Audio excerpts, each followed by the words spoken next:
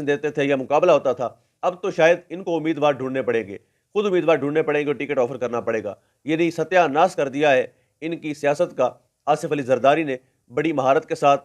रजीम change के नतीजे में जरदारी साहब अपनी हुकूमत भी बनवा सकते थे, बिलावल को वज़ीर-ए-आज़म ला सकते थे, डील ही करनी थी, लेकिन उस डील में उन्होंने अपनी पार्टी की हुकूमत लाने की बजाय मुस्लिम लीग नून को हुकूमत क्यों दी? अगर इस बात को सोचें तो आपको ये सारी की सारी जो सियासत है ये समझ में आ जाएगी।